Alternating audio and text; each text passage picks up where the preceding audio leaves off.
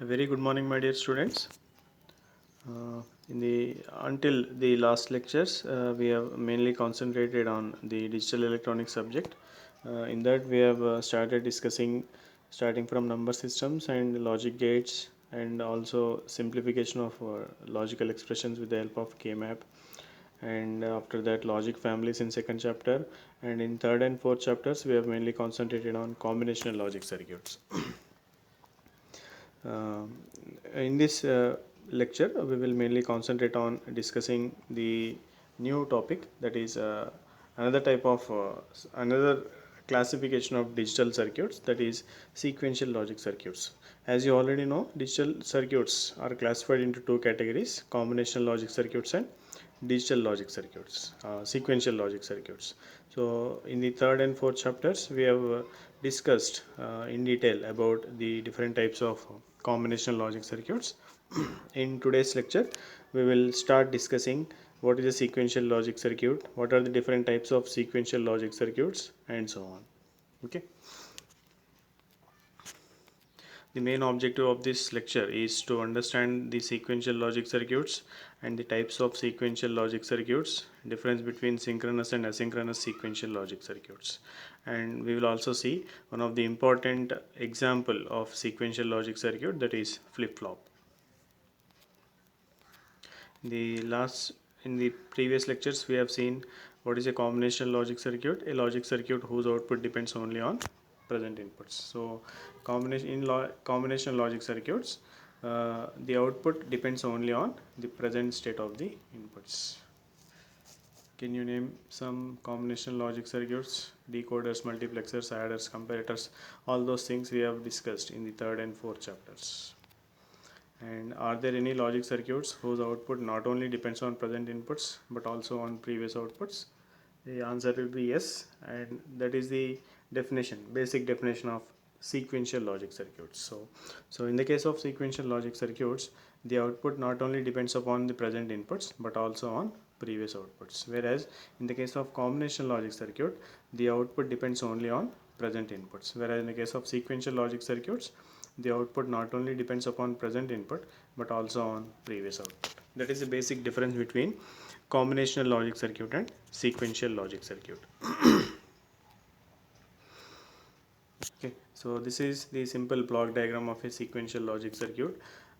In general, any sequential logic circuit consists of internally a combinational logic circuit with some extra circuitry, and that extra circuitry you are calling it as memory element or circuit, memory circuit or memory element. So for a sequential logic circuit, you are giving the inputs here, and the output not only depends upon the present inputs but also on previous output. So the whatever the output that is generated from the output of combination logic circuit is again given as input to the combination logic circuit. That means the output of a sequential logic circuit not only depends upon the present state of the inputs but also on previous output.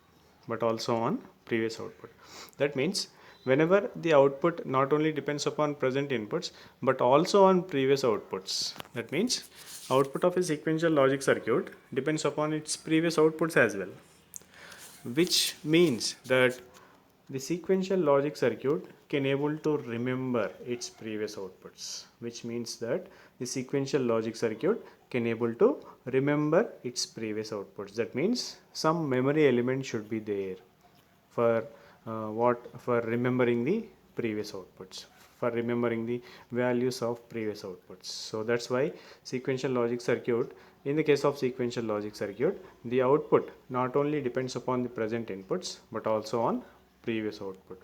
It is because it can able to remember its previous output states. It is because it can able to remember its previous output states with the help of this block, that is memory element or memory circuit. So this is the basic block diagram of a sequential logic circuit, in which the output depends not only on the present inputs but also on previous outputs. So that can be given as feedback. This combination output again fed back to the input is nothing but feedback. So this is the basic block diagram of a sequential logic circuit. So memory element is capable of storing binary information. As I said earlier, it has to store the binary information.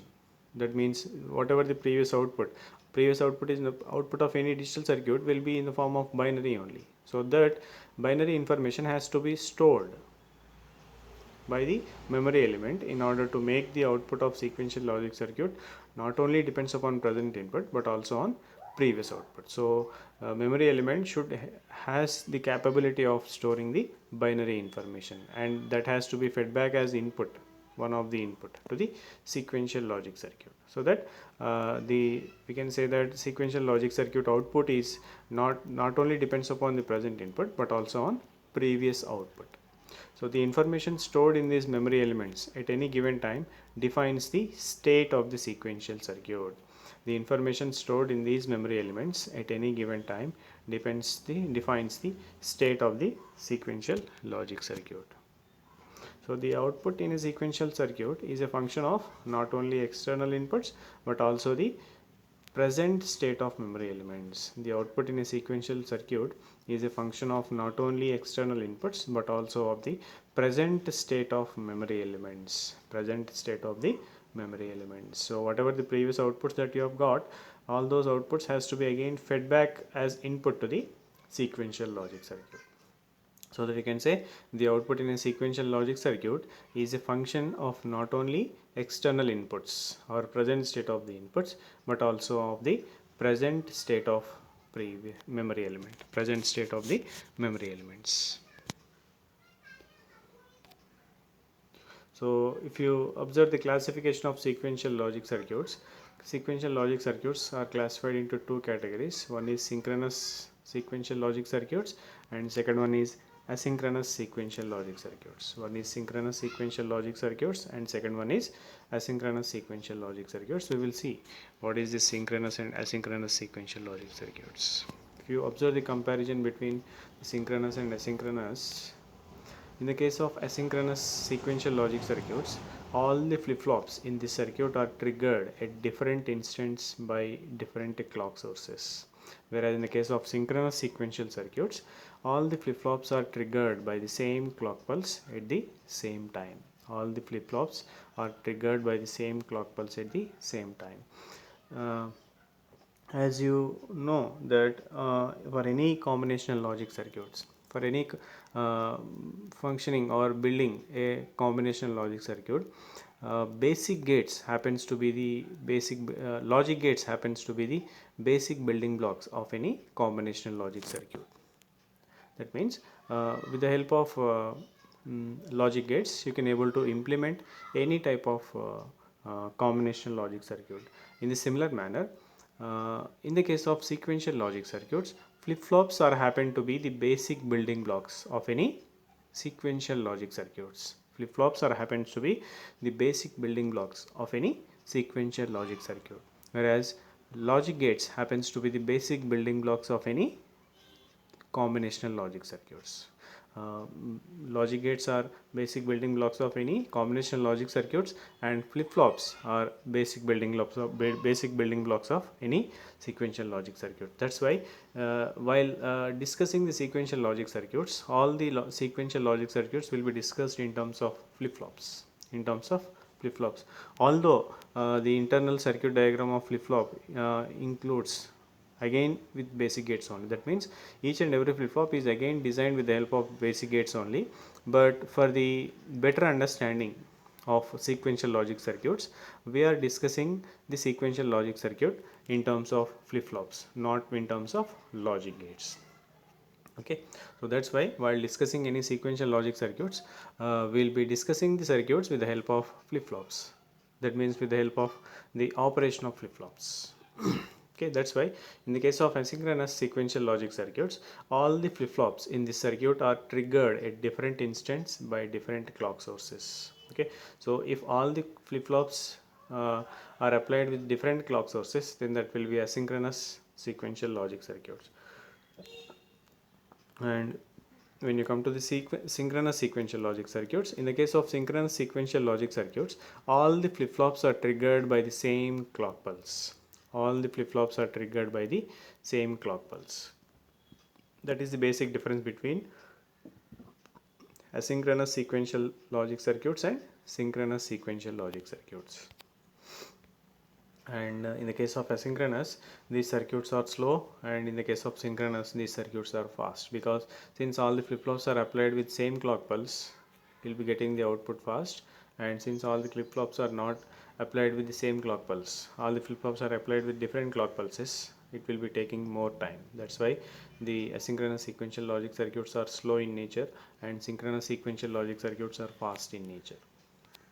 And cumulative propagation delay is the major disadvantage, and cumulative propagation delay is not present in this synchronous. So in the case of asynchronous sequential logic circuits, cumulative propagation delay is one of the major disadvantage of asynchronous sequential logic circuits, and there will be no cumulative propagation delay in the case of synchronous sequential circuits. Okay.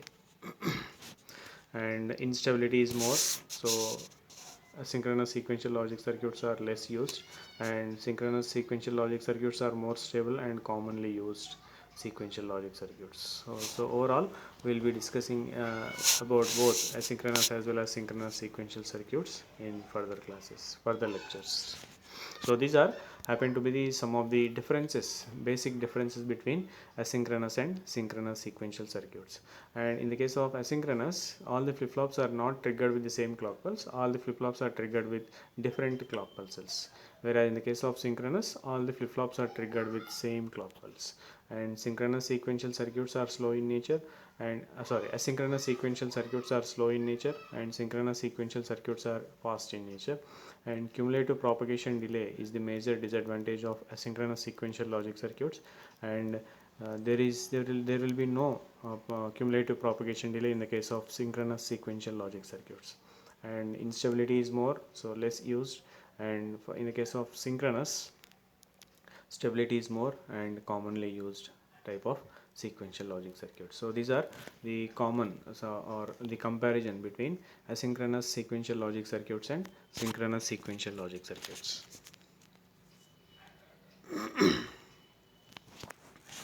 Next, we'll see the examples of sequential logic circuits like flip-flops, registers, counters, and memories. So all these are some of the examples of flip-flops, registers, counters, and memories. And in the fifth chapter, which we are discussing it now, will be in the fifth chapter we'll be mainly dealing with different types of flip-flops and registers. We'll be mainly dealing with different types of flip-flops and registers. So this flip-flops and registers will be covered in fifth chapter, and counters and memories will be covered in sixth chapter. So that completes the subject digital electronics. Okay, so in fifth chapter we will be mainly concentrating on discussing different types of flip-flops and different types of registers, and in six chapters we will be mainly discussing the topics like counters and memories. These are some of the examples of sequential logic circuits. We will first discuss the different types of flip-flops, what is a flip-flop and what is its uses and all those things. So flip-flop is a bistable circuit, any device that has two stable states. Flip-flop is a bistable circuit, and that has two stable states. So two stable states is either 1 or 0. Either the flip-flop will be staying in logic 1 state, or the flip-flop will be staying in logic 0 state. So flip-flop is a bistable circuit, a device that has two stable states, logic 1 and logic 0. So flip-flop is a bistable electronic circuit. It is used as a 1-bit memory element. That means flip-flop can able to store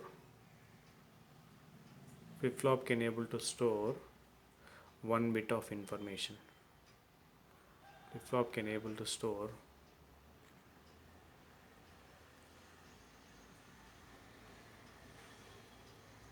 1 bit of information. So that is in general you can say flip-flop is a 1-bit storage element. Flip-flop is a 1-bit storage element.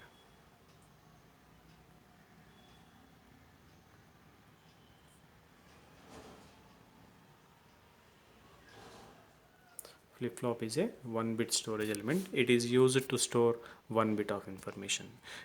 Flip-flop is used to store 1 bit of information. That's why flip-flops are said to be the basic building blocks of any sequential logic circuits. That's why flip-flops are said to be the basic building blocks of any sequential logic circuits. So in general, every flip-flop consists of two outputs which are complementary to each other. Every flip-flop consists of two outputs which are complementary to each other. For example, let us say this is the block diagram of some flip-flop. Let us say, so flip-flop should consist of two outputs.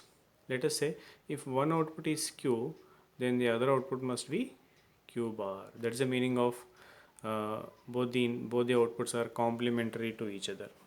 Both must be complement to each other means flip-flop consists of two outputs and they are complementary to each other. If one is Q, then the other one is Q bar. If one is Q, then the other one is Q bar. So flip-flop consists of two outputs and those two outputs happens to be complementary to each other. Those two outputs are happens to be complementary to each other. This is one of the basic condition of flip-flop. That means if the output of a flip-flop is 1, then its complementary output should be equal to 0. Similarly, if the output of a flip-flop is 0, then its complementary output should be equal to 1. Okay, so that is the meaning of both the outputs are complementary to each other. If one output is 0, then the other output should be 1. If one output is 1, then the other output will be 0. So both the outputs of flip-flop should be complementary to each other at any point of time. At any point of time. If you are getting both the outputs as 1, that is invalid. That is invalid output. Is this clear? So flip-flop consists of two outputs and those two outputs happen to be complementary to each other. Those two outputs are happen to be complementary to each other. That's the meaning. So as I said earlier, complementary to each other, Q and Q bar, let us say. So flip-flops can be constructed using either NAND gates or NOR gates. Flip-flops can be constructed using either NAND gates or NOR gates. So why? Because NAND and NOR gates are happens to be universal logic gates. Any type of digital circuit can be implemented using either only NAND gates or only NOR gates. That's why even flip-flops can also be constructed with the help of either NAND gates or NOR gates.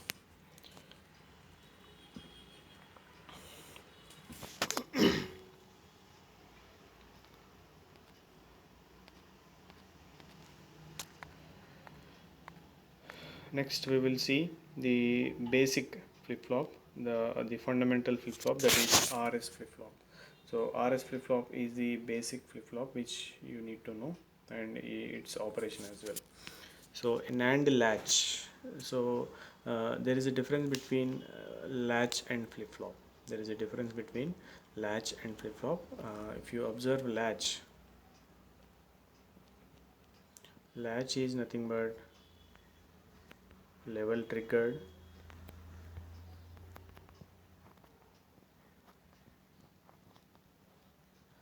and flip-flop is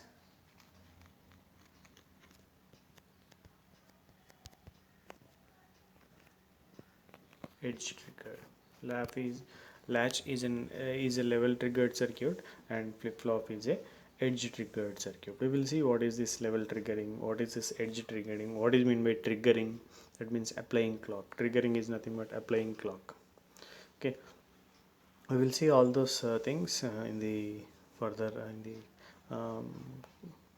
coming lectures. Okay, for the time being, remember latch is a level triggered circuit and flip-flop is an edge triggered circuit. So RS flip-flop is a NAND latch which is shown in figure. RS latch is formed with two cross-coupled NAND gates or NOR gates. RS latch is formed with two cross-coupled NAND gates or NOR gates. R and S are the two inputs.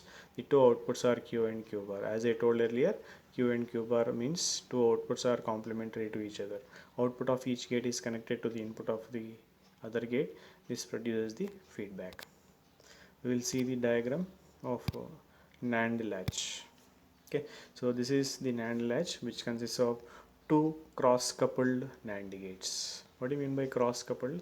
Output of one NAND gate is connected as input to the other NAND gate. Similarly, output of other NAND gate is connected as input to the another NAND gate. That is, this is nothing but cross-coupled connection.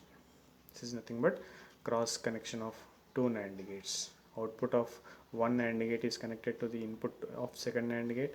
Output of second NAND gate is connected as one of the input to the first NAND gate. This is nothing but cross connection of NAND gates. So this completes the circuit diagram of basic NAND latch. You can also call it as SR NAND latch. You can also call it as SR NAND latch, where SR happens to be the inputs to the NAND latch, where S and R are the inputs to the NAND latch. That's why the name SR latch. Okay, so latch is a bistable circuit that can reside in either of two stable states by virtue of feedback. So how you are giving the feedback? What do you mean by feedback? Some portion of the output is again fed back to the input.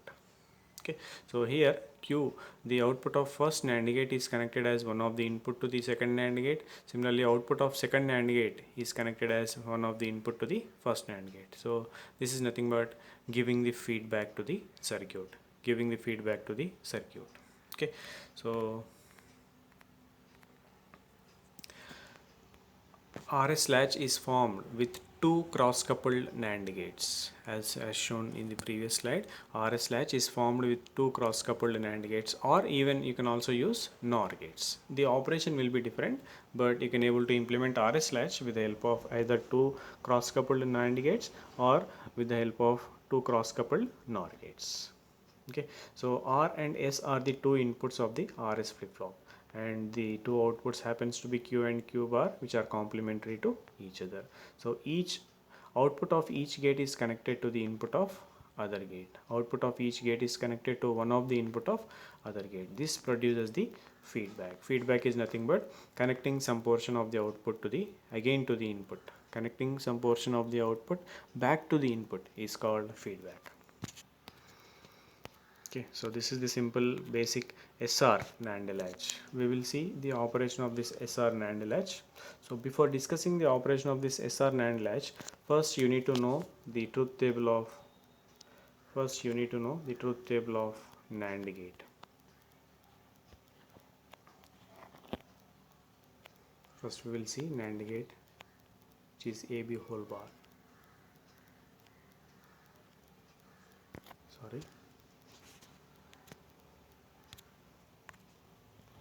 Let us say A and B are the two inputs and AB bar is the output. If you observe the combinations for inputs, AB 0 0, 0 1, 1 0 and 1 1. So for 0 0 output will be 1, for 0 1 output will be 1, for 1 0 output will be 1, for 1 1 only output will be 0. So this is the truth table of NAND gate. You can also define the NAND gate operation like this.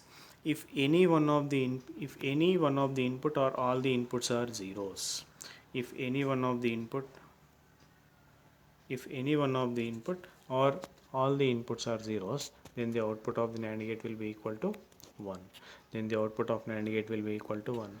And the output of NAND gate is 0 only when all the inputs are equal to 1.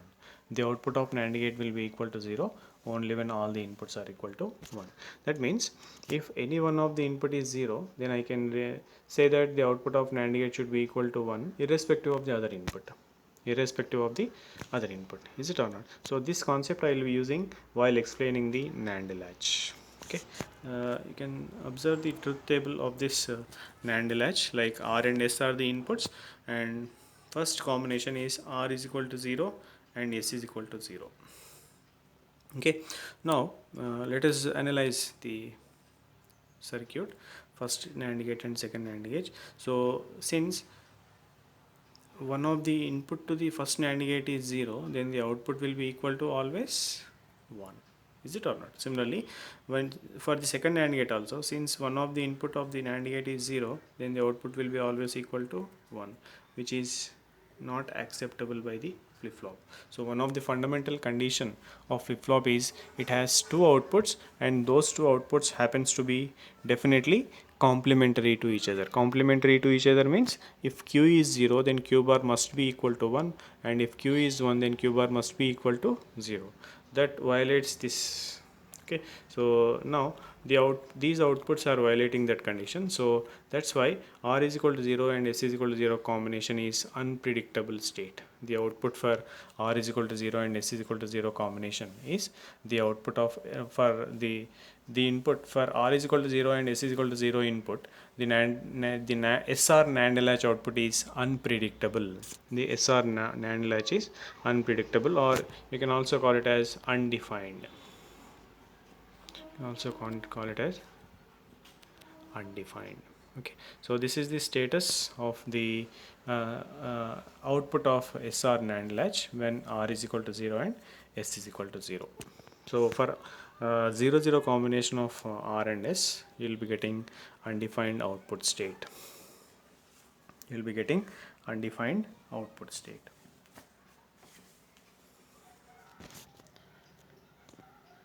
If you observe the second combination, that is r is equal to 0 and s is equal to 1.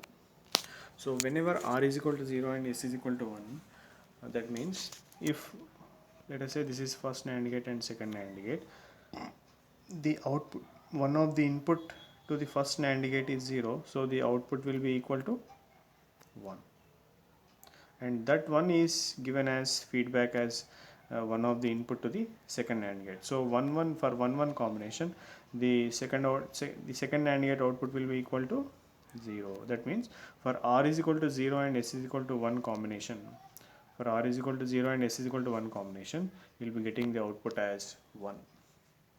You will be getting the output as 1. That means here I am writing only the q output. Here I am writing only the q output. So q bar outputs will be definitely complementary to that, complementary to what you are writing here. Okay, that's why I am not writing q bar. I will be writing only q.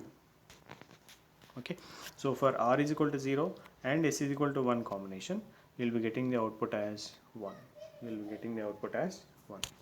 Similarly, for r is equal to 1 and s is equal to 0.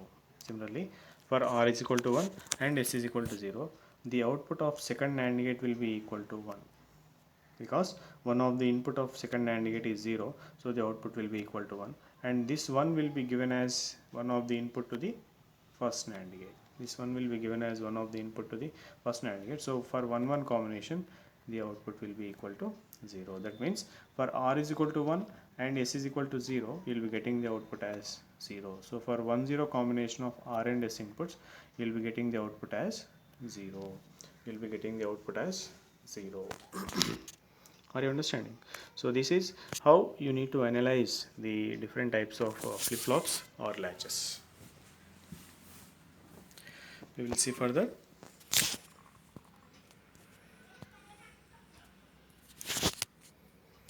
We will see each and every combination. For s is equal to 0 and r is equal to 0.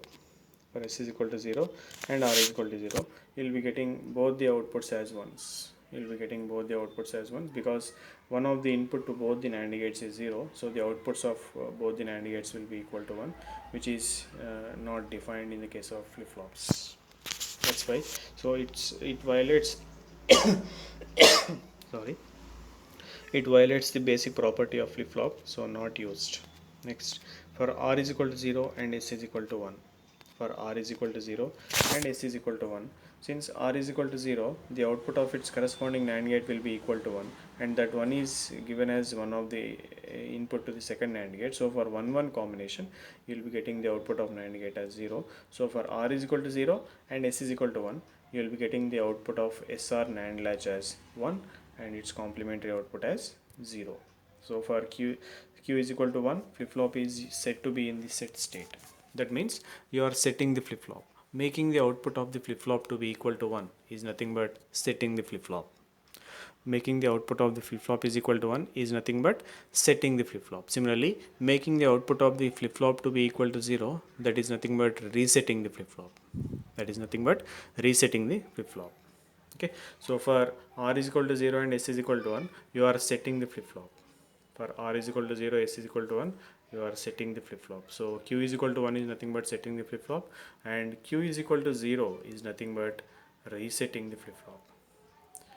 Q is equal to 0 is nothing but resetting the flip-flop. That we will see in the next combination, next set of inputs. So for the time being, for R is equal to 0, for R is equal to 0 and S is equal to 1, that means Q is equal to 1, that means flip-flop is set. Okay, flip-flop is set to be in the set state. Here we will see this next combination, that is Q is equal to 1, flip-flop is set to be in the set state. High S and low R sets the flip-flop. High S and low R sets the flip-flop. Next combination we will observe, that is R is equal to 1 and S is equal to 0. So since here S is equal to 0, what will happen? The output of the second NAND gate will be equal to 1, and that 1 will be given as one of the input to the first NAND gate. And since R is equal to 1, both 1 and 1 will be available here, so that you will be getting Q as 0. So whenever Q is 0, the flip-flop is resetted. Whenever Q is equal to 0, the flip-flop is resetted. So for R is equal to 1 and S is equal to 0 combination, you will be getting the output of the flip-flop as 0. So the flip-flop is set to be in reset state. Flip-flop is set to be in reset state. So Q is equal to 0 and Q bar is equal to 1. So flip-flop is set to be in the reset state. So high R and low S resets the flip-flop. Similarly, in the previous case, if you observe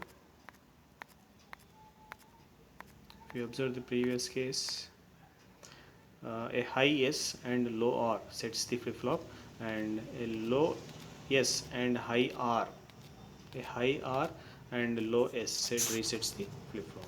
Next we will observe the last combination, operation of SR NAND latch with the last combination of inputs, that is R is equal to 1 and S is equal to 1.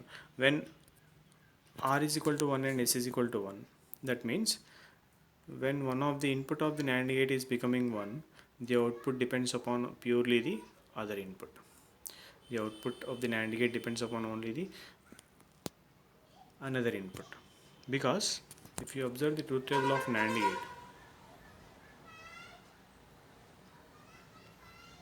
0 0 0 1 1 0 1 1,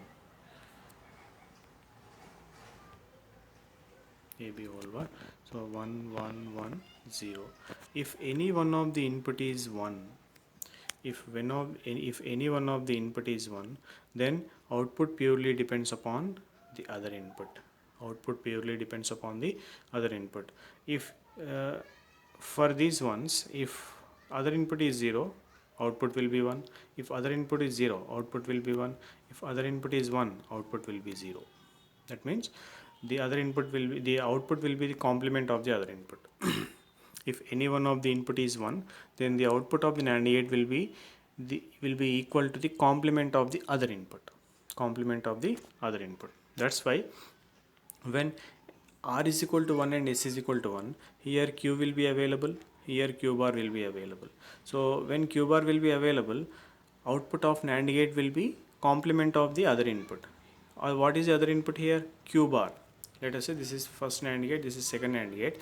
So for the first NAND gate, one of the input R is equal to 1 and the other input is Q bar. So the output of the first NAND gate will be equal to complement of the other input. It will be Q bar, which is nothing but Q itself. Similarly, for the second NAND gate, one of the input is 1 and the other input is Q. So Q bar will be equal to what? Complement of the other input, that is Q bar. So Q bar will be equal to Q bar and Q is equal to Q. That means there is no change in the output state when R is equal to 1 and S is equal to 1. So for R is equal to 1 and S is equal to 1 combination, whatever the previous output is there, that will be continued for R is equal to 1 and S is equal to 1 combination. There will be no change in the output state of the flip-flop or latch circuit. There will be no change in the output state of the flip-flop. That is the meaning of R is equal to 1 and S is equal to 1. So Q is equal to Q and Q bar is equal to Q bar. The flip-flop remains in its previous stage. The flip-flop remains in its previous state. So overall, you can observe the truth table of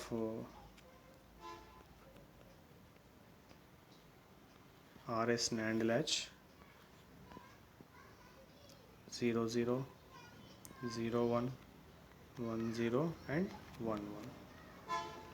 I am writing the outputs Q state. So for 0 0 combination, it is undefined.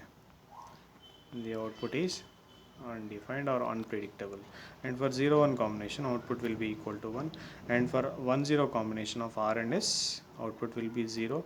Output 1 means the flip flop is in the set state, and output 0 means the flip flop is in the reset state. The flip flop is in the reset state, and for 1 1 combination the output remains as it is. Whatever the previous output is there, that will be continued for R is equal to 1 and S is equal to 1 combination. That means no change in the output. So this is the truth table of SR NAND latch or RS NAND latch. This is the truth table for RS NAND latch. So for 0 0 combination, except for 0 0 combination, for all other input combinations the output is defined. For 0 1 combination of R and S, output will be 1, and for 1 0 combination of R and S the output is 0 reset. For 1 1 combination, no change in the output. Okay, so if you observe, R stands for reset, R stands for reset, and S stands for set. R stands for reset and S stands for set. That's why when S is equal to 1, output will be setted. When R is equal to 1, output will be resetted. Making the output of the flip flop reset means making the output of the flip flop to be equal to 0. Making the output of the flip flop set means making the output of the flip flop to equal to 1. That's why for R stands for reset and S stands for set. That's why whenever R is becoming 1, output will be equal to 0. Whenever S is becoming 1, output will be equal to 1, if you observe. Okay, so SR latch or SR flip flop is nothing but set reset flip flop or reset set flip flop. Is this clear? So in the case of SR flip flop, S stands for set and R stands for reset. So this is the overall operation of NAND latch. That means SR latch with the help of NAND gates, two cross coupled NAND gates. Next, you can also observe the operation of SR NOR latch. Okay, so NOR latch is constructed with the help of two NOR gates, two cross coupled NOR gates. That means output of one NOR gate is connected as one of the input to the other NOR gate, like that. So similarly, you can also observe the same operation here for R is equal to 0 and S is equal to 0. Okay, what will happen? So output of the NOR gate, that means first you need to know the truth table of NOR gate. Okay, so the truth table of NOR gate is what? When both the inputs are zeros, then only the output of NOR gate is equal to 1. If any one of the input of the NOR gate is 1, then the output will be equal to 0.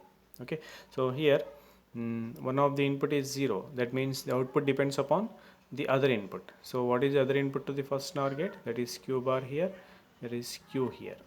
So output will be equal to the complement of the other input. So Q will be equal to Q and Q bar will be equal to Q bar.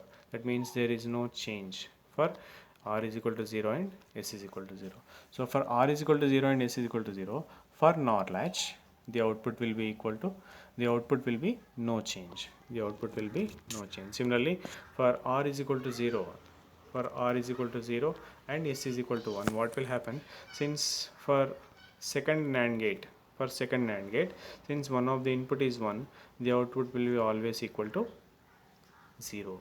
Since one of the input is 1, the output of NOR gate will be always equal to 0. So 0 0 will be available here. For 0 0 combination, output will be equal to 1. So for 0 1 combination of R and S, the output will be 1. For 0 1 combination of R and S, the output will be 1. That means when set input is 1, output will be set in the set state. That means Q is equal to 1.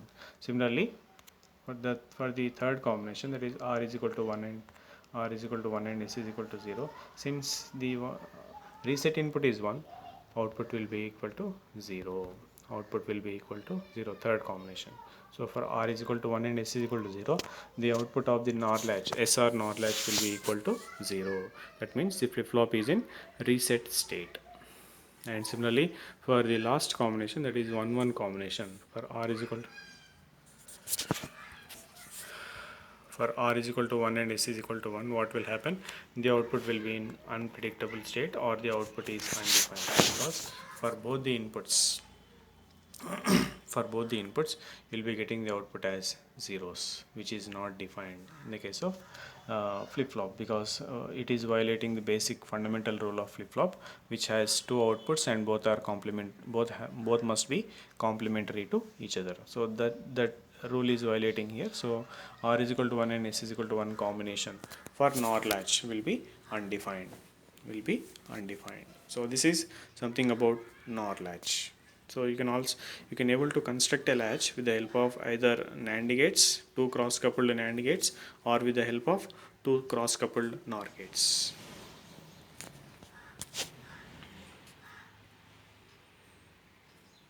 Okay. So flip-flop, as we already discussed, flip-flop is a 1-bit storage element or 1-bit memory element. We will see the types of flip-flops. These are the different types of flip-flops: SR flip-flop, set reset flip-flop, JK flip-flop, D flip-flop, and T flip-flop. D stands for delay flip-flop, and T stands for toggle flip-flop. So there are 4 different types of flip-flops available. One is SR flip-flop, and second one is JK flip-flop, third one is D flip-flop, and fourth one is T flip-flop. SR flip-flop stands for set reset flip-flop, JK flip-flop, D flip-flop stands for delay flip-flop, and T flip-flop stands for toggle flip-flop. Okay, so these are the different types of flip-flops available. So all these are happens to be the basic building blocks of any sequential logic circuit. So while constructing any sequential logic circuits, you need to use any one of the flip-flops for construction of any sequential logic circuits, whether it is synchronous or asynchronous, doesn't matter. We need to use the flip-flops as basic building blocks for the construction of any sequential logic circuit. We have already discussed NOR latch. So we will see what do you mean by edge triggering and level triggering. So flip-flops are asynchronous bistable devices. The output changes the state only at a specified point on a triggering input called the clock. So edge triggering and level triggering corresponds to the clock input, one of the important input to the any flip-flop circuit. So the output of any flip-flop changes the state only at a specified point on a triggering input called the clock. Okay, so we need to observe the output of any flip-flop not at all instants of time, but at only specified points. Okay, so the output of any flip-flop changes its state only at a specified point, and that specified point is defined by the triggering input, which you are calling it as clock, and the specified point is called as a triggering input, which you are calling it as clock. And thus in a synchronous flip-flop, for change of state, an external synchronous clock pulse is necessary. So in any flip-flop, for the output of any flip-flop to change, you need to apply the clock pulse. Next we will see edge triggering. There are 2 different types of clocks you can apply to any flip-flop. One is edge triggering and the other one is level triggering. So there are 2 different types of clocks you can apply to any flip-flop. Okay, so either the flip-flop can be applied with edge triggering, or the flip-flop can be applied with level triggering. We will see what you mean by this edge triggering and level triggering. First we will see edge triggering. Edge triggering means that the flip-flop is changing the state output state either at positive edge or at the negative edge. We will see what you mean by positive edge and negative edge. So this is what is known as positive edge. Okay, the positive edge means whenever the clock pulse is changing its state from logic 0 to logic 1. Whenever the clock pulse is changing its state from logic 0 to logic 1, that instant you are calling it as positive edge. positive edge. Similarly, whenever the clock pulse is changing its state from logic 1 to logic 0, whenever the clock pulse is changing its state from logic 1 to logic 0, that instant you can call it as negative edge or falling edge. Negative edge or falling edge. Okay, so edge triggering means that the flip flop is changing the state either at positive edge, which you are calling it as rising edge, or at the negative edge, which you are calling it as falling edge of the clock pulse. So if you are applying the clock pulse like this to any flip flop, okay, you need to observe the state of the output. That means the output of the flip flop can be changing only at specified interval of time, only at specified points of the time. That means either at positive edge or at the negative edge, either at positive edge or at the negative edge, either at rising edge or at the falling edge, either at rising edge or at the falling edge, like that. At those instant of times only you need to check the state of the output. You need to check the state of the output of flip flop. Okay, for example, if you are considering the SR flip flop for which the clock input is like this, so this is how you need to represent the positive edge triggering clock. So this is the representation of positive edge triggering clock, and this is the representation of negative edge triggering clock. This is the representation of negative edge triggering clock. So positive edge triggering is represented like this, and negative edge triggering is represented like this. The arrow indicates edge triggering. The arrow indicates edge triggering. Okay, that means whenever the clock pulse is changing its state from logic 0 to logic 1, that is positive. Logic 1 to logic 0, that is negative. Logic 1 to logic 0, that is negative edge triggering. So this is the representation. This is the representation of positive edge triggering clock and the representation of negative edge triggering clock. So at these positive edge or negative edge points, we need to check the state of the output. Okay, so this is the meaning of edge triggering: positive edge triggering and negative edge triggering. Positive edge triggering is nothing but rising edge triggering, or negative edge triggering is nothing but falling edge triggering. Next, level triggering we will see. So the positive and negative clockings are shown or known as level triggering. That means earlier we have seen the signal like this. Let us say this is the clock signal. This is positive edge triggering. This is negative edge. This is positive edge. This is negative edge. This is positive edge, and this is negative edge. Similarly, for understanding the level triggering in a better way, I will be representing the level triggering in this clock pulse itself. For example, this is the positive level triggering. This is positive level triggering, and this is negative level triggering. Okay, so edge triggering mainly refers to the rising edge or falling edge, and level triggering mainly refers to the levels: positive level and negative level, high level, low level. Positive level is nothing but high level, negative level is nothing but low level. Okay, so this is the meaning of positive level triggering, and this is the meaning of negative level triggering. Okay, so in that instant of time, in that positive level, whenever the input is changing, it will be responding to the whenever the inputs are changing, that will be affecting the output of any flip flop during that instant of time. Okay, so this is level triggering. The flip flop responds to the low and high level of the clock signal. The simplest way of controlling the flip flop is only through level triggering clock. So this is the representation of high level clocked flip flop and low level, or positive level triggered and negative level triggered. High level stands for positive level, low level stands for negative level. So this is the representation of this is the representation of what? Positive level triggering, and this is the representation of negative level triggering. Okay, whereas this is the representation of positive edge triggering, and this is the representation of negative edge triggering. So these are the four different ways of applying the clock to any sequential logic circuit or to any flip-flop.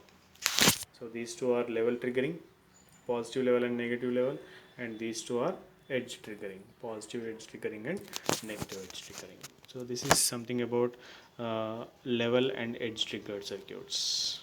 Okay, we have already seen types of flip-flops: SR flip-flop, JK flip-flop, D flip-flop and T flip-flop. SR flip-flop stands for set reset flip-flop, and D flip-flop stands for delay, T flip-flop stands for toggle. And if you know, just find it out what is the abbreviation of JK. Like SR stands for set and reset, D stands for delay, T stands for toggle. Just find it out what is J and K in the JK flip flop. Okay. Overall summary: we have discussed about sequential logic circuits, types of sequential logic circuit, comparison of sequential logic circuits, NAND and NOR latches, level and edge triggering. Next we will move on to the quiz. The output of sequential logic circuit depends on both A and B. Option C will be correct. Both present inputs as well as previous outputs. So A and B, C option is correct. Next, in RS NAND latch, if R is equal to 0 and S is equal to 1, the output Q is high, 1. The output Q is 1 because S is equal to 1. S is equal to 1 means you are setting the flip flop, so making the output of the flip flop as 1. So for R is equal to 0 and S is equal to 1, output will be equal to 1. Next, the unpredictable state occurs in NOR latch when R is equal to 0 and S is equal to 0. For R is equal to 0 and S is equal to 0, you will be getting the unpredictable state. Okay. So these are the frequently asked questions. Explain NAND and NOR latches. Distinguish between synchronous and asynchronous sequential circuits. Explain level and edge triggering of flip-flops. So this completes the first topic in sequential logic circuits, that is basics of flip-flops and classification of sequential logic circuits, and basic operation of NAND and NOR latches, and also the different types of clocks you can apply to any flip-flop, like edge triggering and level triggering. So in the next class we will continue the further topics. We will discuss the further topics in the next class. Thank you for listening.